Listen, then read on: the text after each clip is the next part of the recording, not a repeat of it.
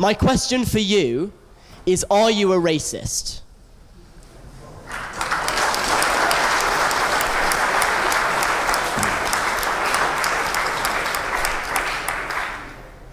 Why are you applauding that? What kind of people would applaud that? Am I a racist? You've sat through the last hour and a half of me speaking, and you're applauding someone asking me if I'm a racist? What kind of people are you? Or do you just applaud anything? Would you just applaud anything? You made a better job of it than your friend. I'll grant you that. Talking to me in a language I don't understand and then waving an Israeli flag in my face was not, I suspect, the finest moment that he will experience in what I hope is a long life in public affairs. I'll let you in on something you don't know. I'm one of the few people on the left in Britain who traveled the length and breadth of apartheid South Africa as an underground agent of the African National Congress led by Nelson Mandela, then in Pollsmoor prison in Cape Town.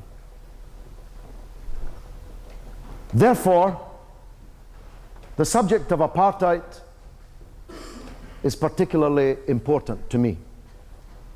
The question of racism is particularly important to me. And in parenthesis, let me tell you this, that throughout the entirety of my time underground in South Africa under apartheid, every house I slept in, every dinner I ate, every car I drove in was provided by Jewish activists of the African National Congress. So Jews don't have to be on the side of apartheid. They don't have to be on the side of racism.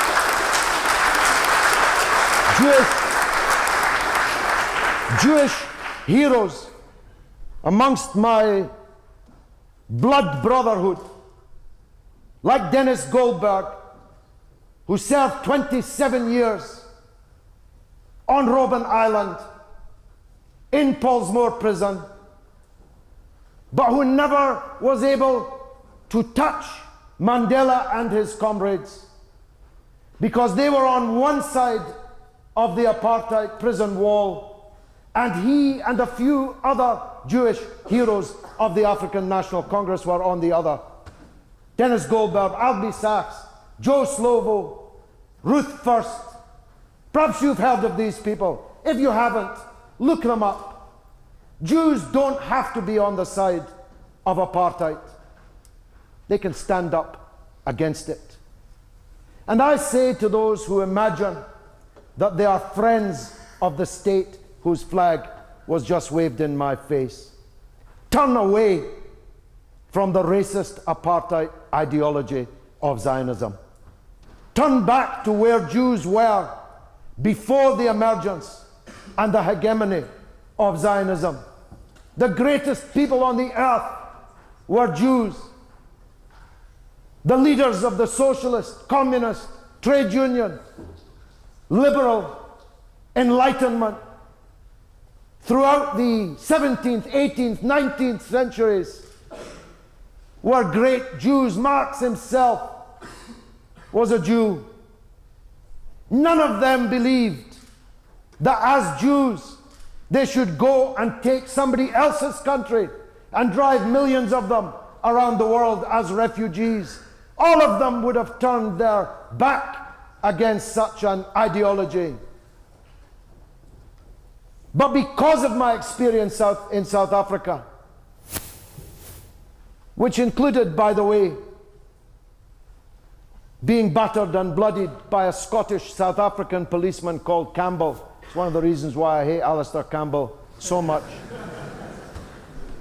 In Gugulethu police station, in the Gugulethu township in Cape Town, although the policeman had eventually to wash my feet in public, in penitence. But that's another story. Because of my time in South Africa, because of the decades that I worked against apartheid in South Africa. Do you imagine that I would turn up at a university and debate apartheid with a supporter from South Africa of the apartheid system? I'd rather punch him in the face than debate with him. Why? Because apartheid is a racist poison. It is the worst kind of fascism. And I would never debate with any supporter of South African apartheid. Why should I debate with a supporter of Israeli apartheid?